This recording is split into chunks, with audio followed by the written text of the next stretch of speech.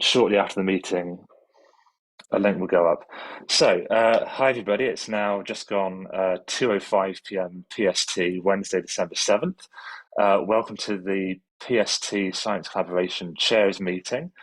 The main topic for today will be the discussion of recent updates to the project schedule, including switching out ComCam for LSSTCam. Before we do get there, a couple of items. I'd like to make sure I don't forget to welcome two new co-chairs of Science Collaboration, Simona May, new co-chair of the Galaxies Collaboration, and Colin Orion Chandler. Welcome as a new co-chair of the Solar System Science Collaboration. Great to see you. So like I say, most of today's meeting will focus on this revised project schedule. I do want to make sure I don't forget to thank the project for involving the science collaborations in this discussion as early and as promptly as they have. It's noticed and very much appreciated. So I think that's all I had to say by way of introduction. I want to give our experts as much time as possible to discuss project updates. So you'll see on the agenda here, Steve has very kindly arranged some speakers to tell us about the changes and what those might mean. To echo Steve, thank you very much to the Science Collaboration co-chairs who have entered in detailed questions ahead of this meeting. So we'll have some informal presentations from Željko, Victor and/or Kevin, Steve, and then Bob et al. Before we have discussion and Q&A. And then whatever time remains in the meeting, there'll be a couple of minor points about future meetings and any other business. So before we do get into the discussion of the project schedule update, does anyone have any questions they'd like to raise just at this moment before we get into the discussion?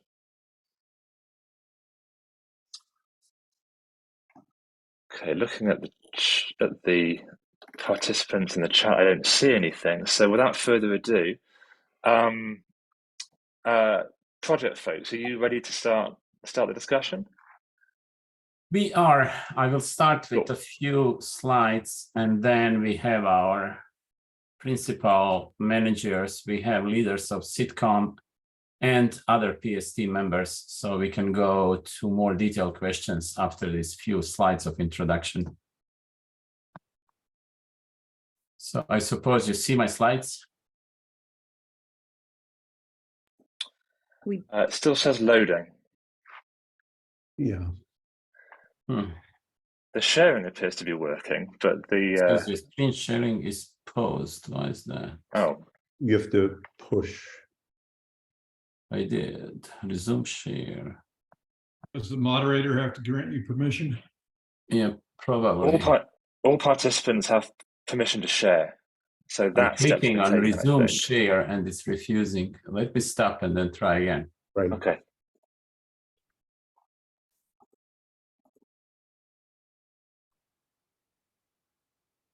It claims that you can see it. We just click to exit full screen view. There we go. Now we can at least see. It's when you go to full screen that we can't see it. Right.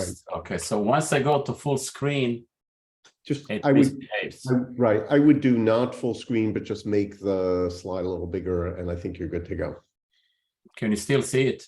You stop sharing. Oh. I believe a workaround, I don't know why, this seems to be a new feature, is to just share your whole desktop and then it'll work, but this works too. That can be helpful. That looks good. That can be quite interesting when people do that. Yes, it's dangerous for sure. There we go. Looking good, Željko. There we go. I'd point out that the link to Željko's slides is also in the chat and in the live notes, so folks can page back and forth if they need. But that looks good, Željko. Thanks. Thank you. So we had recently a project meeting 2 days in Tucson and Chile where we talked in detail about required changes to project schedule. And so the aim of these few slides is to summarize not only those 2 days, but weeks of prep work and schedule analysis by many team members.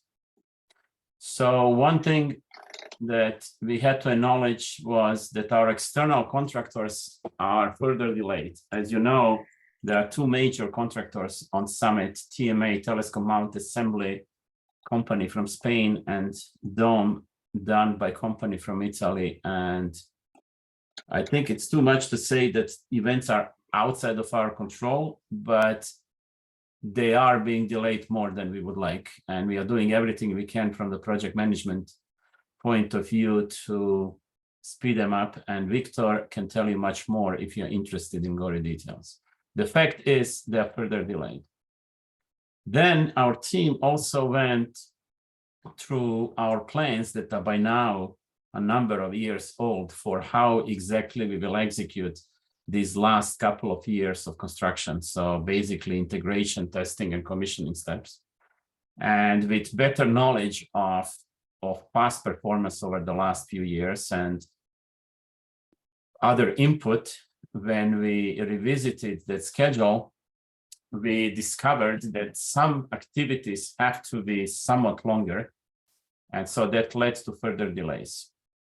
And so due to these delays, then we encounter additional complexities.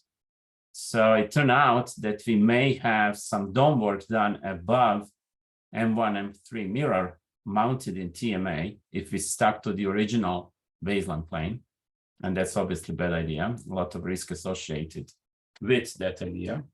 And then also on the third floor, which is our internal name for this big space where we do integration inside the observatory building, there, even though it's giant, still there was competition for space between M1, M3 work and LSST CAM work. And so if we didn't do anything radical, if we just try to accommodate these changes to baseline, we would have added up to 10 months to pre-November baseline schedule. Basically what was public, those milestones from September, they would have shifted by 10 months. And so, for example, if you look at System First Flight, in September, it was still advertised as March 24, it would immediately shift to January 25. But at the same time, an opportunity presented itself for a big reshuffle of the steps that we plan to undertake for the remainder of construction. And the main point there is that when the telescope will be ready for a camera, either one, the LSST cam could be available at Summit. And that was a big change because originally we had ComCam as a mitigation option to fill about a year of schedule that was available between telescope being ready and LSST cam being available at Summit.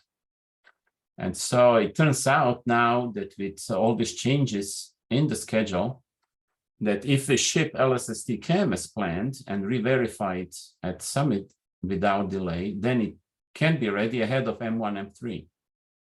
And so that gives us opportunity, or gave us opportunity to replace ComCam on-sky data taking with LSST cam. And as you know, LSST cam has 20 times more CCDs than ComCam. So after hard work by the entire team, and in particular those 2 days in Tucson and Chile, when we went through all the details, we concluded that we should modify baseline. And we did so because it allowed us to recover about 6 months of schedule from those 10 months. It looked as 10 months. In the end, it ended up being only 4 months that we had to add to September 22 forecast dates. So System First Flight is now estimated as July 24, approximately. We are still working on effects week here, week there. So LSST dates later this month will have an official update. But we managed to recover about 6 months from those 10 months. And the way we did it was to essentially replace LSST cam, ComCam on-sky data taking straight with LSST cam. So that implies that for the next 6 months, we'll prioritize M2 work, and M1, M3 work will be delayed until LSST cam arrives to Summit around June of this year and gets into the white room. So M2 and LSST cam would go on telescope mount assembly ahead of M1, M3, and we would remove ComCam before it will take any on-sky data. ComCam is, as you know, at the summit, ComCam is taking data. We are learning a lot from using ComCam, but we decided to remove it from TMA before it will actually be taking on-sky data. So the advantages of this plan, the reasons why we went with it, is that schedule delays are minimized. So it's not 10 months, it's 4 months. We didn't have to cut any scope. And so everything we planned to do, all critical technical scope with ComCam, has been reallocated to either before we removed ComCam from TMA, or it will be done with LSST CAM. And so if you just look at the time on sky, approximately speaking, we replaced those 3 months that we were planning to use ComCam on sky with 2 months of on-sky data taken with LSST CAM. So if you will, if you just look at CCD months, we are actually getting more than an order of magnitude more CCD months on sky than before. It also allowed us to, it will allow us to complete dome work before M1, M3 is in TMA. And so we mitigated the risk to the glass with these changes. And it's important to emphasize that if there is again need for ComCam to act as a mitigation option, it will still be available. ComCam will remain at the summit until the end of construction, at least. Of course, there are also some risks and worries that are brought with this plan. So an LSST CAM is now in critical path. LSST CAM is still at slack, and every week we would lose in schedule with shipment of the camera to the summit or with re-verification that will be added to the overall schedule. Unfortunately, Dome, this external contractor that we don't fully control, that could cause additional delays. So that's also another risk that we need to worry about. There are some, I would say, smaller risks like resource loading. And then one that is of great interest to all of us who are planning to do science with ComCam data. There will be no ComCam on-sky data. And so there will be no on-sky data for DP1 until July 24. So we'll need to do some changes in the announced data preview sequence, and in particular DP1 content. We do have Bob Blum and Phil Marshall with us here today, and so they're also available for more detailed questions about DP1 and related questions. This is still work in progress, but they're here, so you can ask them. And just it's not, this is not result of just of the updates to the old plan, because with those 10 months that I mentioned, you wouldn't get ComCam data much earlier, even if you didn't change the plan. And as you saw, there were many good reasons to do so.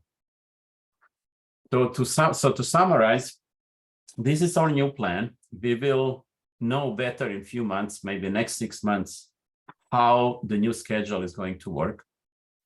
So the one of critical milestones this calendar year is the plan to ship LSST CAM from SLAC to Chile. At the same time, progress on TMA and M1, M3 and Dome have to happen at the summit. So in about 6 months, we will be able to look back and see how we did. And then I also would like to comment on the beginning of LSST survey. All of us who want to do science with LSST, we are not so much concerned about when exactly will construction be done or the formal construction. We are concerned about when are we finally going to start taking LSST survey data. And according to current plans by construction and operations teams, it will be somewhere between 4 and 8 months after system first line. We don't know exactly better than this, but it's somewhere in this range. If we complete all the planned commissioning activities, including science validation survey. So if our schedule will hold up and we get system first light in July 24, then LSST survey would happen in the first quarter of calendar year 25. I think that's the key message for science collaboration members. And as I said, I have all the principals from our team who can provide gory details. So we have Victor, our project manager, Vincent, deputy. We have Kevin Reel, who has done a lot of work in designing this new schedule. We have Chuck Claver, who worked on the same schedule before. We have Robert, who is now leading commissioning efforts. And then, of course, we have our operations representatives, Bob and Phil. So I'll stop sharing and we can now go to questions.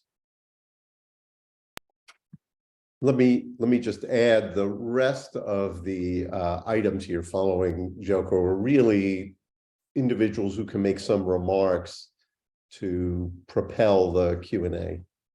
So I think we can also turn it around and just have Q&A here, and then distribute the questions as Joko sees best.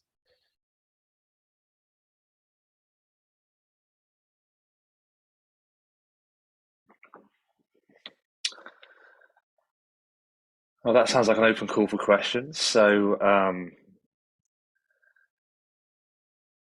so we do have the pre-prepared questions. Maybe people have questions in response. I see Meg, so if folks can raise your hands, and I'll call on you to ask a question. Thanks. Meg, your hand's up. Then yeah, I'm just trying to, it's maybe more of a clarification to raise and wrap my head around. So that means that although LSST cam is going on and we get more on sky time, means there's no basically data set that comes in before we start survey operations. Is that right? So there'll be no real data, where in the previous plan, there would have been something that would have been dropped sometime a few months before, quote, the nominal start of operations on that November date. Is that correct in my understanding or interpretation of this new schedule? Only partially. I don't know. I can provide short answer, or maybe Phil wants to explain in more detail. That's Phil's baby. But basically, even before we had data previews 1 and 2, DP2 will remain. DP1 was supposed to be based on ComCam data, which will not exist, but there are some other ideas. So maybe Phil wants to summarize, or Bob. Let me say a few things, and then Phil can help me out. So Meg, we hope that is not actually what happens. We hope that there will be data sets available before survey operations start. So as you know, we have 3 data previews in the mix right now: DP0, DP1, and DP2. DP0 is ongoing. It's the simulated data. There's now a longer gap between DP0 and the original DP1. So we are thinking hard about other ways of expanding DP0. And we'll be able to say more about that hopefully in the next months, maybe by the AAS.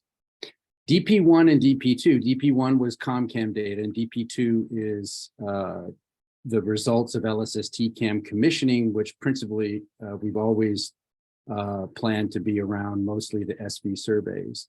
DP2, we expect to still be in the mix and to follow along just like it always had.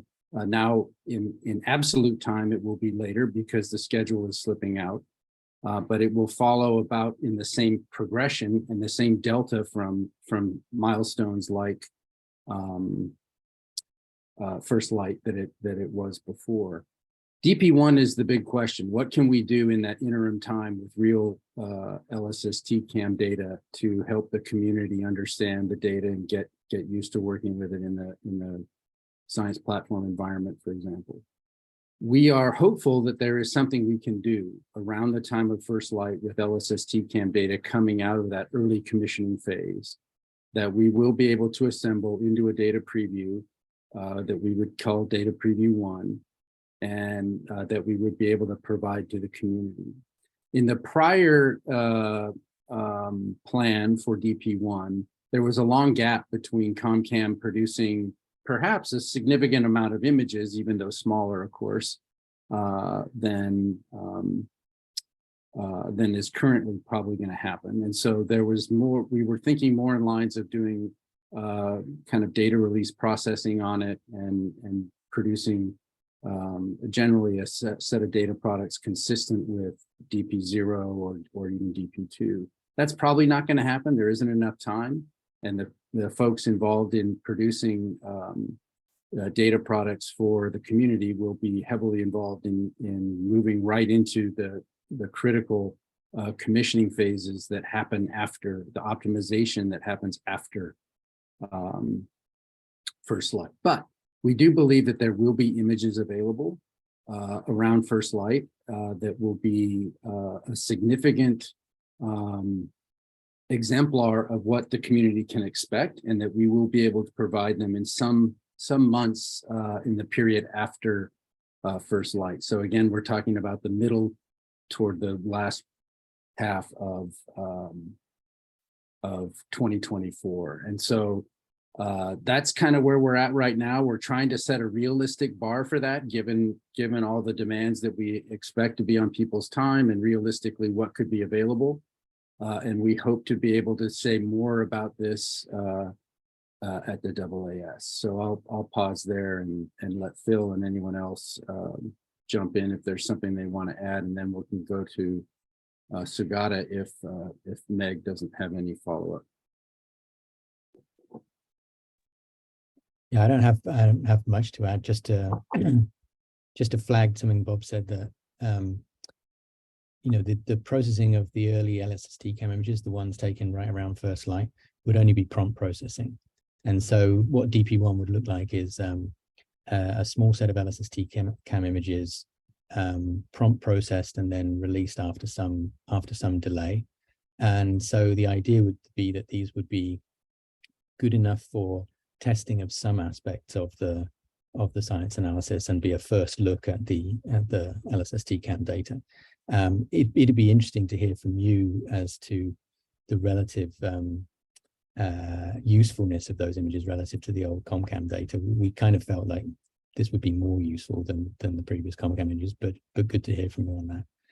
There'll be some selection to make, and there'll be observations that we take in the first few days after first light, and perhaps some choice as to which early LSST cam images we package into DP1. And so there's room for suggestion there as well, although of course the commissioning team will have to prioritize their needs to get their testing done.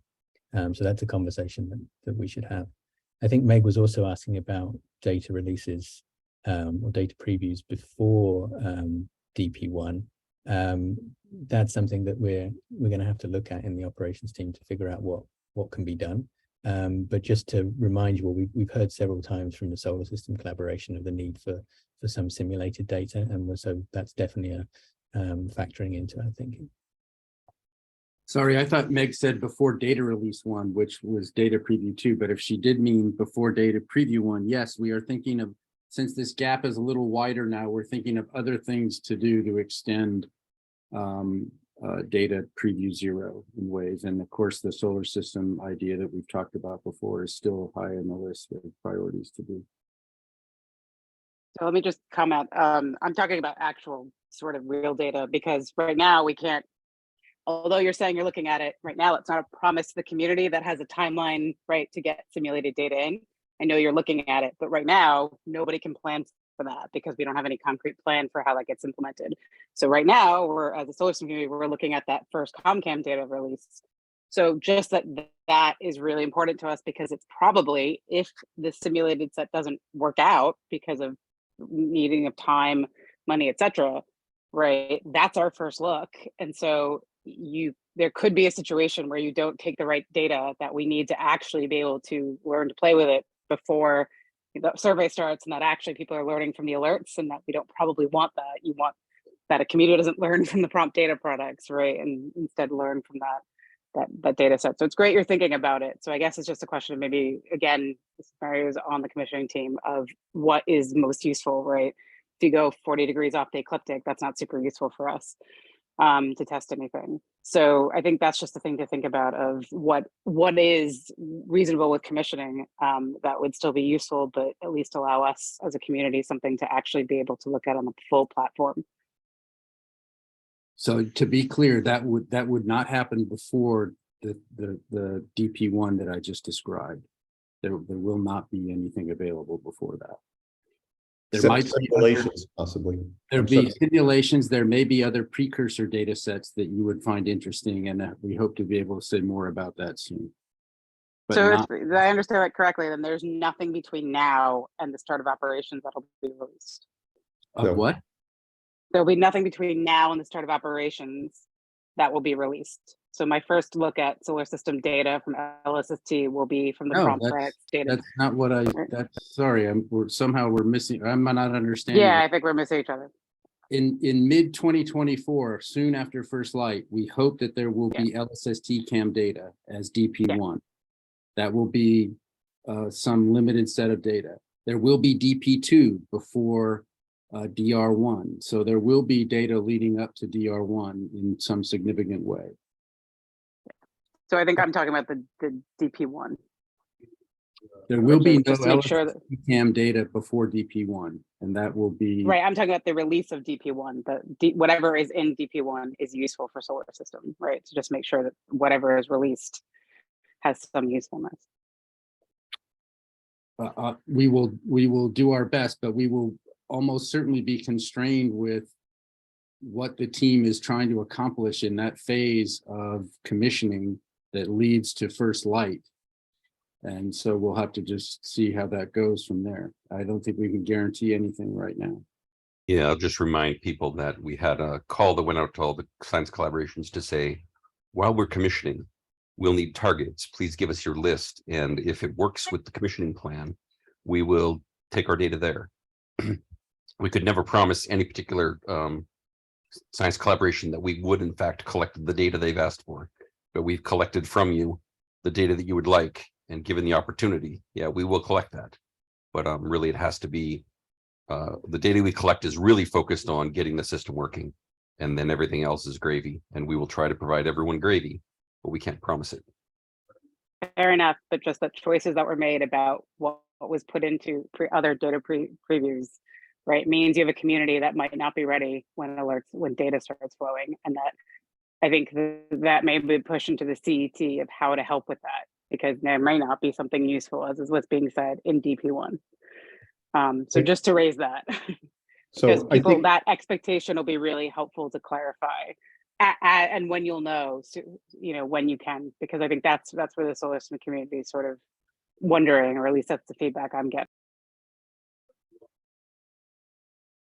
If I could just jump in before Sugata, sorry about that, but completely separately, I believe that people are looking at including the solar system simulations at a time between now and DP1, a kind of DP 0.3.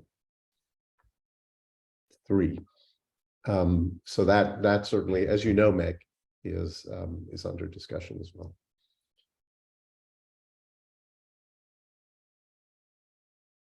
Sugata has been very patient. Sorry, and maybe I could just mention one more thing, and that is, you know, as we collect the data that we're collecting during commissioning, we could probably track it and say we've collected data on these parts of the sky. We make no promise as to what the quality of that data was, but you know, if we hit your target, you know, you can have some pre-warning that we've been on that part of the sky and we have data there. How good it's going to be, we can't promise at any given time, but we can keep kind of posted on where we've been, if that's useful in your planning.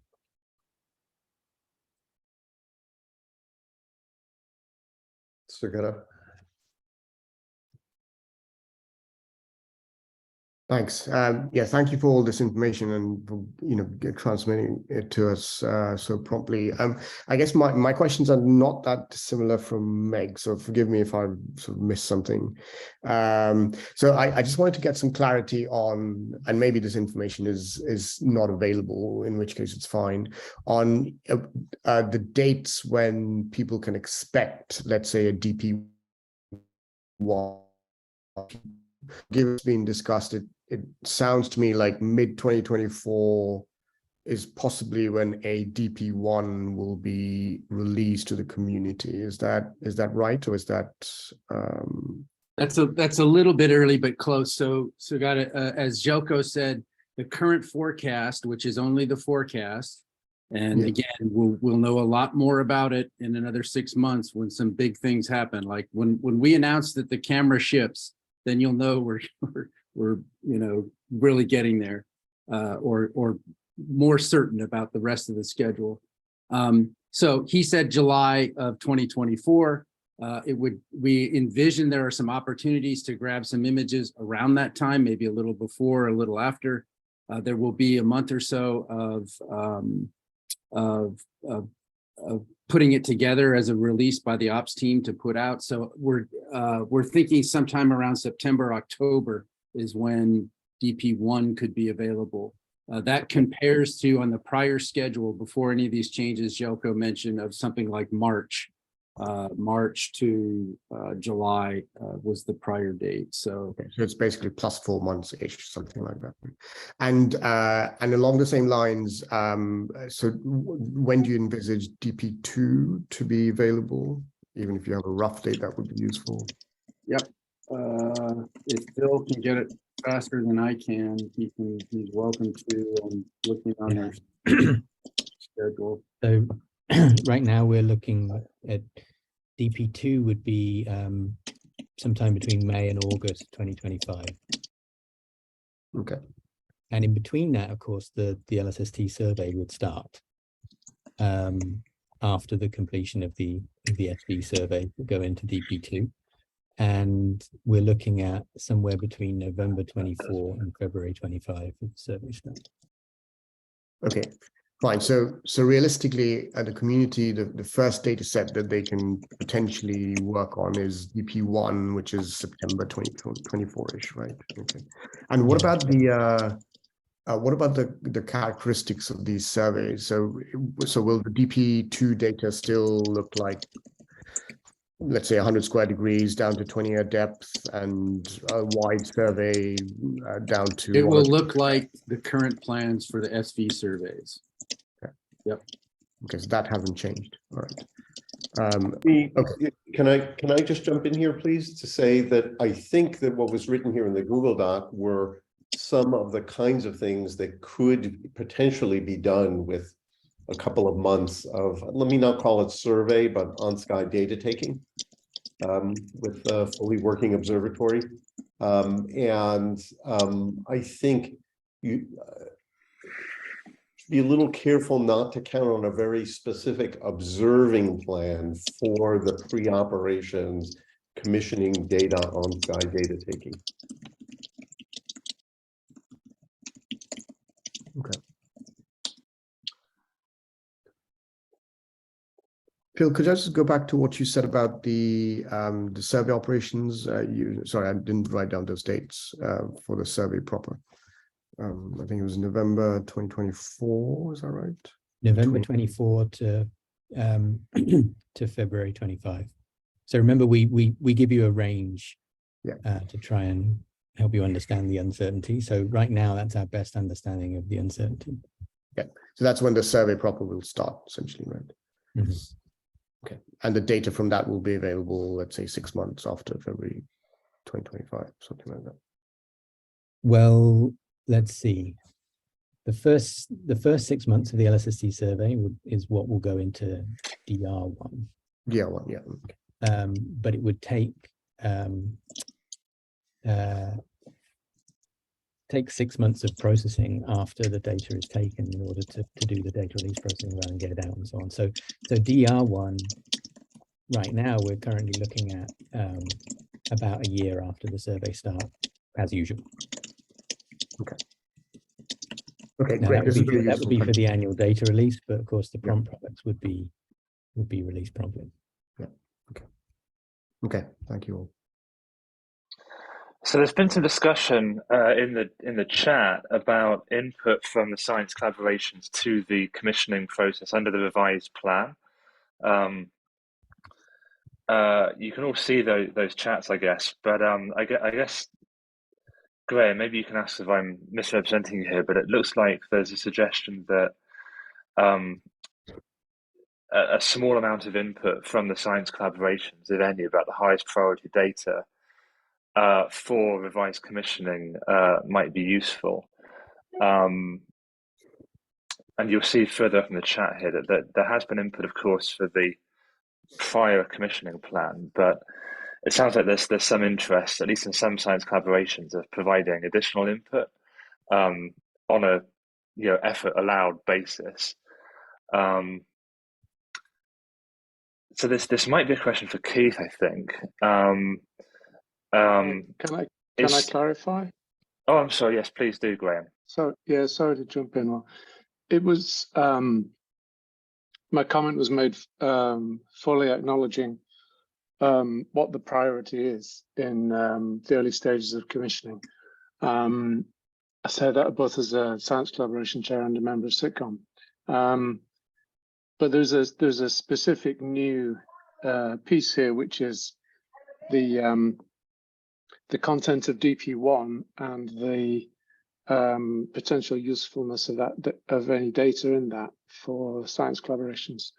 And so I know we had the commissioning notes in the past, but on acknowledging priorities of SITCOM in the early days and et cetera, potentially there's value in effectively a small delta on commissioning notes that says, if it all works out great in early commissioning observations and you're able to take some data that are useful for us, this would be the absolute minimal useful piece of data. So to essentially give a top slice on the priority of any input that's been given before. That was the idea, just putting it out there for discussion. I think Keith should comment. My view, and Jelko said this when he started, was we haven't changed any scope here. So Keith's commissioning plan is largely still the same plan that we've been talking about. Yeah, so to be really clear, all the observations that are taken up to the period of system first light are purely designed around the engineering activities that are needed to achieve that milestone. So at that point, it's completely driven by those objectives. This idea of producing a data preview 1 is new, and we're having a lot of discussions about it within the project. And I will say that when we did this call for community input on the on-sky observing strategy during commissioning, we had envisioned the possibility of a second phase as we get closer to the time where when we're a few months out from being on sky, and we're thinking at the details of exactly which fields will be observable during a given season. We had considered the possibility of a second round of input, but the details of that have not been decided at this point. And we're still, a while from that point.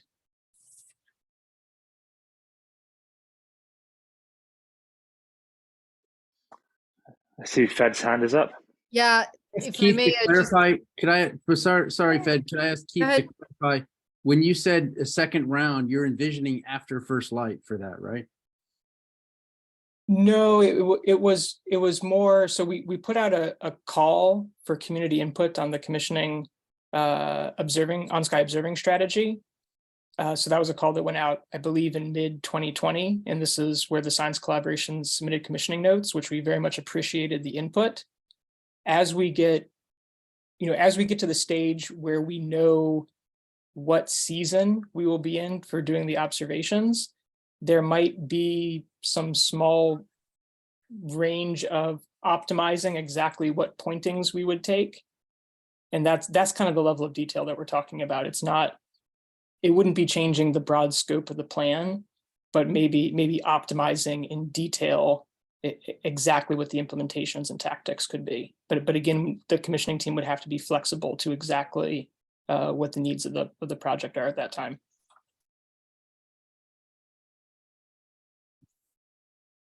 And then just it's possible that I saw there were some people that are new to science collaboration, being the heads of them. This has never been we will collect science data for you. This has always been while we are commissioning this system, we need to be on the sky. And if we can tweak slightly where we are in the sky and it doesn't slow us down, maybe we get some value added data as well, but really we can't. We're certainly not at a point now or anytime soon that we're going to be actually asking for science-driven observation requests. And, you know, that should not be considered on the table.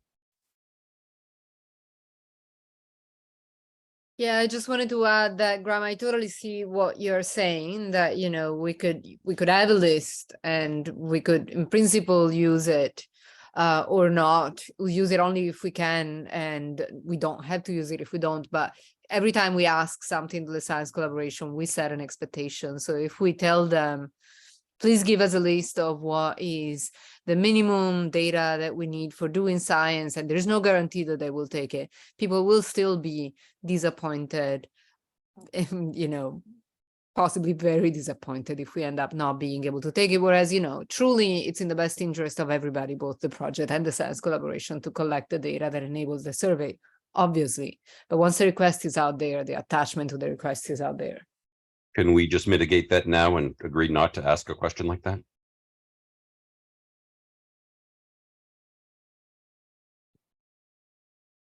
Not clear who needs to agree.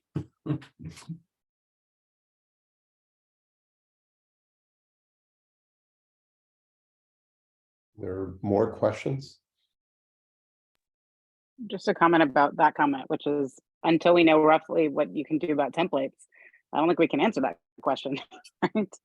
Because if incremental templates is definitely happening, that would be a request to say, well, I would ask, if you're going to be on Sky longer with LSS TCAM, are you going to be prioritizing templates that would be useful? And what can the scheduler do that? I think that's not, you know, I don't think that sort of impacts anything significantly, but I don't know if operations is at that point where that would be capable with the scheduler, or if that decision or discussion's been made. We're going to try to take the data that enables us to confirm that we're going to be able to process the LSST data when we start taking it. So we'll have to check we can do difference imaging. That doesn't mean we have to do it on a large scale. There are lots of things we'll have to do. So that's what's driving this. And some of that data will be interesting, some of it won't. But it's really driven by testing our data, the quality of our data, and our ability to analyze the data, rather than to serve a particular scientific goal at this point. I mean, it's what Kevin says in a slightly different way.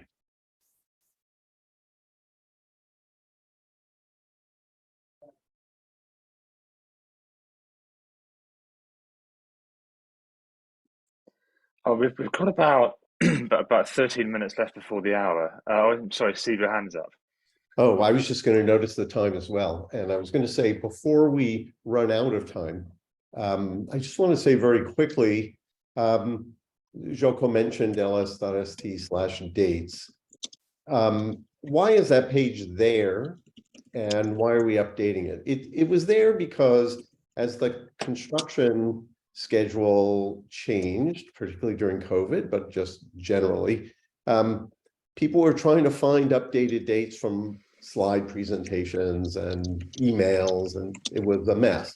And so the project very kindly responded by basically writing a tool that pulled out of the project schedule milestones that are of interest to people, and this is updated frequently, and that's really good. The issue is those are very construction project centric dates, and we've gotten good feedback that we need more. We need to explain what those dates mean, which we are doing, and in particular, community is interested in what will be provided when. There were the dates in Joko's slides that the construction project and the operations team are working together to construct a way to modify this page to point to dates, or at least timeframes that are similar to what was discussed today, so that when you all tried to jot down from what Phil said about when DP2 would be released, for example, I think we want to expand that page, or at least put links on it to this information. So that's where we're heading, and we would love to hear feedback from you on, information about what you want to see there. Obviously, we don't have a crystal ball, but we can give estimates of when the data of various releases will happen, when alerts will start to be produced, that sort of thing. So we would welcome, since that page is for you, we would welcome hearing what you would need to see. And it doesn't have to be today, it's not your only shot at it, but that is, I just wanted people to be aware that is something that is happening.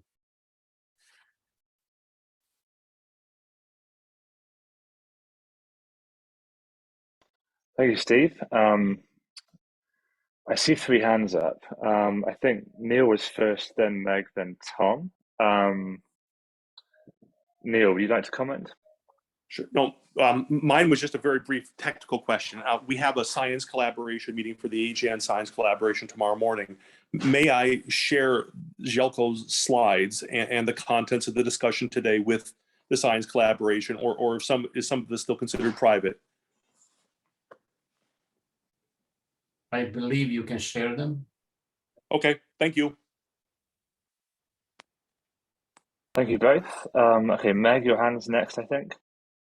So I just want to push back a little bit of what Steve said and say, get something up, please, because people don't understand what this online schedule means. They think July means that this surveys, the observatory is operational in July and we'll be taking data. And so if you can get anything up, especially in January when you're going to announce slippages, right, or more details of this plan, actually having even plus 6 months on there, because by the way, operations isn't that. I understand that you want a very pretty version that's very detailed. No. But like this thing's been announced in August, and so it's still very confusing. And so people have been saying to me, I don't understand how there's any slippage because it was July, so that just means it's going to start in November. It's like, no. Right. And so I would just sort of say is the sooner you can get something up, even if it's not the prettiest, even if it's just words about how operations takes those dates, getting some patch up there to really help people understand this would be really helpful while you're making that great page with much further detail that you're talking about. I didn't say it would be a great page, and I think you got the sign wrong on your vector. You're pushing with, not back. And I completely agree. So thank you. Okay, Tom. Yeah, it's a similar comment. It's just that there's a page on lsst.org that's a timeline page, with that's fairly easy to understand because it's graphical, but I think it's out of sync with the dates page. So it's just it's a source of confusion to have both of those things unless they're in sync. So maybe one could be used as a model for updating the other. I don't know what's the resolution to that, but I just want to point out that's a bit confusing. Yeah, this is excellent point, Tom. Indeed, we are exploring ways to automate that cartoon from dates page, but we are not done yet. To be clear, neither of those two is correct right now, so we need to get them both updated.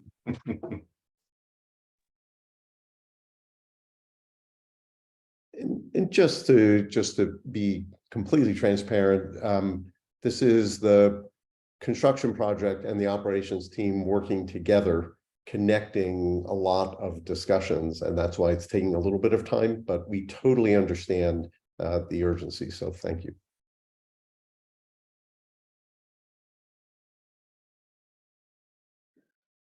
Okay, thank you. Tom, is your hand up or you put your hand down again? Thank you. Okay, let's see. Katrin, I see your hand is up. Do you have a question? And sorry, it's just a clarification question. There were so many things thrown around. So did I get it correctly that the plan right now is DP1 hopefully will be LSST CAM data? What kind of data it will be is not clear yet, obviously, because it has to be the most useful for commissioning. But there might be an opportunity for the science collaboration to at least give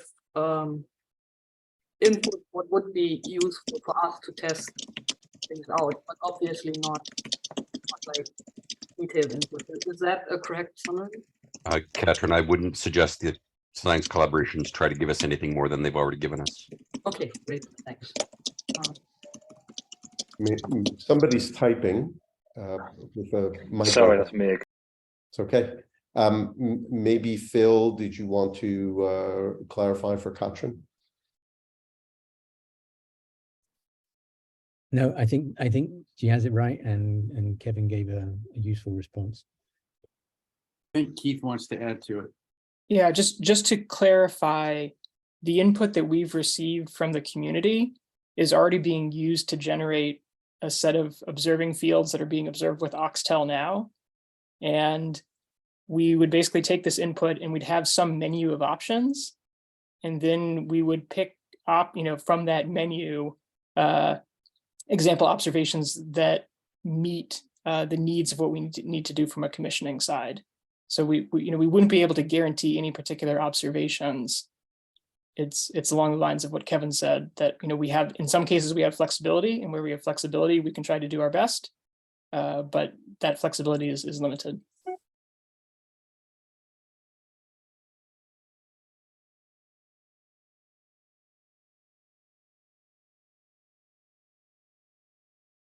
All right, thank you for that clarification, Kevin and Keith. That's really helpful. And thanks, Katrina, for the question. We're coming up on about 4 minutes before the hour, so I would suggest we, useful of this discussion is we might want to wrap up and let everyone get on with their day. Thank you very much to everyone who's participated in this, the science collaboration members and particularly the project members and construction members who've taken your time to help us understand the plan here. Are there any last minute things that anybody wants to make, any comments anybody wants to make, or things that you really wish the science collaborations knew about, from the project side or from the science collaboration side? Any burning questions for the last couple of minutes? Sugata. Yeah, well, just very quickly, will you sort of coordinate sort of gathering of questions from the science collaborations that can then feed into the page which will describe the new plans? I'm happy to coordinate questions from the science collaborations. Yes, I don't think we know necessarily what the best way to feed us up would be, but yes, I'm happy to collect questions from the collaborations. Does that answer your question? Yeah, I was just wondering what the process will be for us to, because as Steve said, it'll be good for them to know what we would like to see on that new web page or wherever the information is going to be sort of put out. So I think it would be good for us to tell them ASAP what we would like to see, and I guess it's probably most efficient if that information flows through you, perhaps, instead of us all emailing. Sure. That'd be great. I can chat with Steve and we can decide what the best way to do that would be. That'd be great. Bob, do you have a comment? I just wanted to re-emphasize some of the things that Željko said, that there's a new schedule. It's actually a better schedule. We know it's better because we know it's got a lot more detailed activities in it. So that in itself should reduce some uncertainty from where we were before. And the uncertainty is higher on the things leading up to first light. And so when we publish new information, which we will do, keep that in mind, that, think of things happening after first light as being hopefully a little bit more certain, and that deltas from first light are the things that we should be concentrating on. And we can all follow our progress getting to first light and then have a good sense. And so put less emphasis on absolute dates as we go forward, at least for the next first part of this, because as Željko said, there's a lot of big things happening in the next 6 months, year, that will determine how we finish the following year.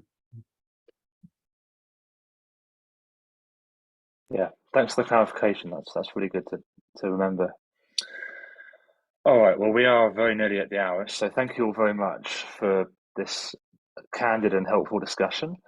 Science collaboration members, I've put a couple of announcements for you in this document about the dates of future meetings, and about a request for input for a meeting I'm going to have about the Catalyst Fellowship. So please do read those. But apart from that, since we're at the hour here, I think we'll finish the meeting. So thank you all very much for participating. This has been really helpful. And have a good week, everyone. Thanks again. Thanks all. Bye. Thank you. Bye-bye. Bye-bye. Thanks all.